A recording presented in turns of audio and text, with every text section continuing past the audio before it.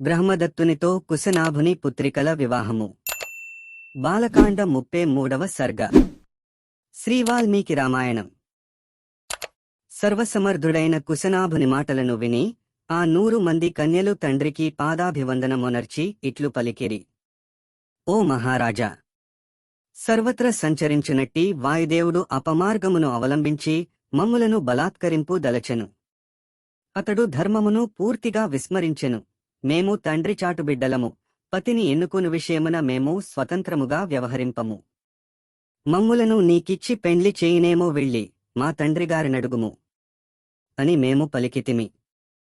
మేమందరము ఇట్లు పలుకుచుండగా మా మాటలను పట్టించుకొనక ఆ పాపాత్ముడు మమ్ములను తీవ్రముగా కొట్టెను. ఓ పుత్రికలారా! క్షమాశీలురు చేయదగిన పనిని మీరు చక్కగా చేసితిరి.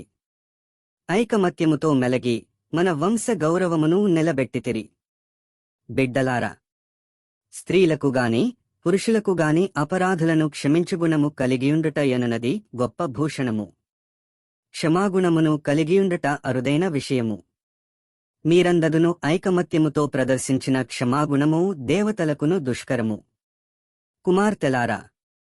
పాత్రులకు దానము చేయుట వలనను సత్యప్రవర్తన వలనను యజ్ఞములను ఆచరించుట వలనను కలిగెడి మహాఫలములన్నీను క్షమాగుణము కలిగియుండుట వలన లభించును.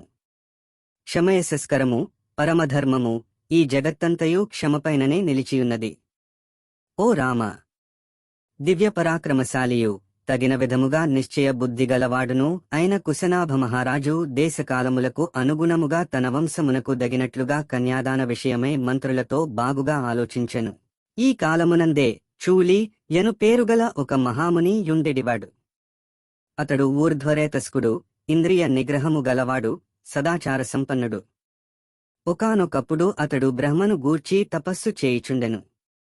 తపమోనరించుచున్న ఆ ఋషికి ఊర్మిళతనయైన సోమద యను గంధర్వ స్త్రీ సపర్యలు చేయుచుండెను. రామా!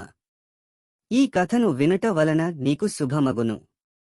ఆ సోమద నిత్యము ఆ మహర్షికి నమస్కరించుచూ సేవలో నర్చుచుండెను.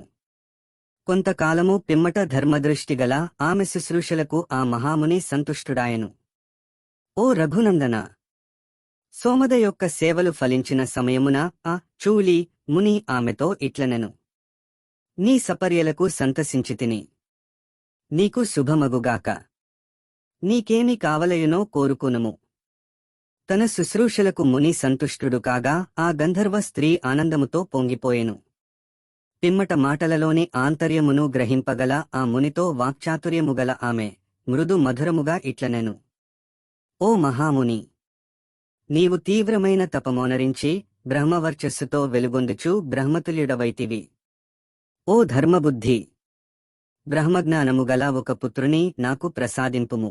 నేను నిష్ఠతో బ్రహ్మచర్యమును ఆచరించుచున్నదానను.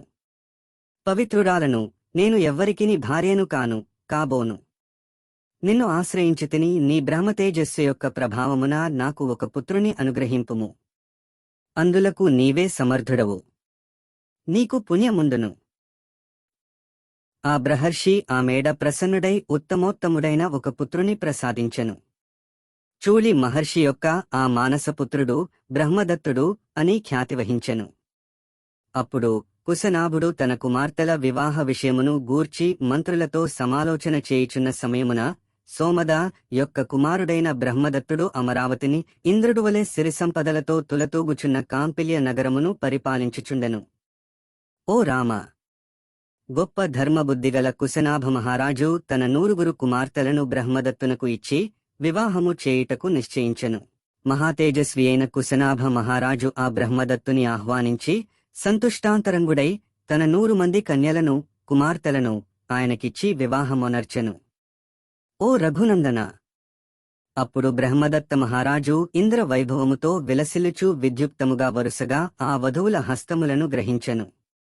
వారిని పెండ్లాడెను.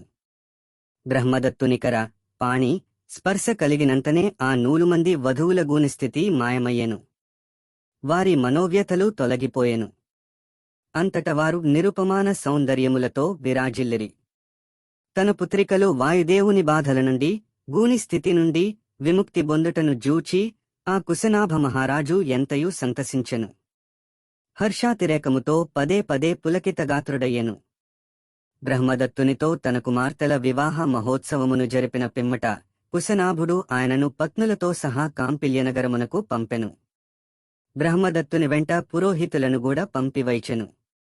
బ్రహ్మదత్తుని తల్లి అయిన సోమద తన కుమారుడు కుశనాభుని పుత్రికలను పెండ్లియాడి నందులకును వారి వైరూప్యములను తొలగించినందులకును మిగుల సంతోషపడెను.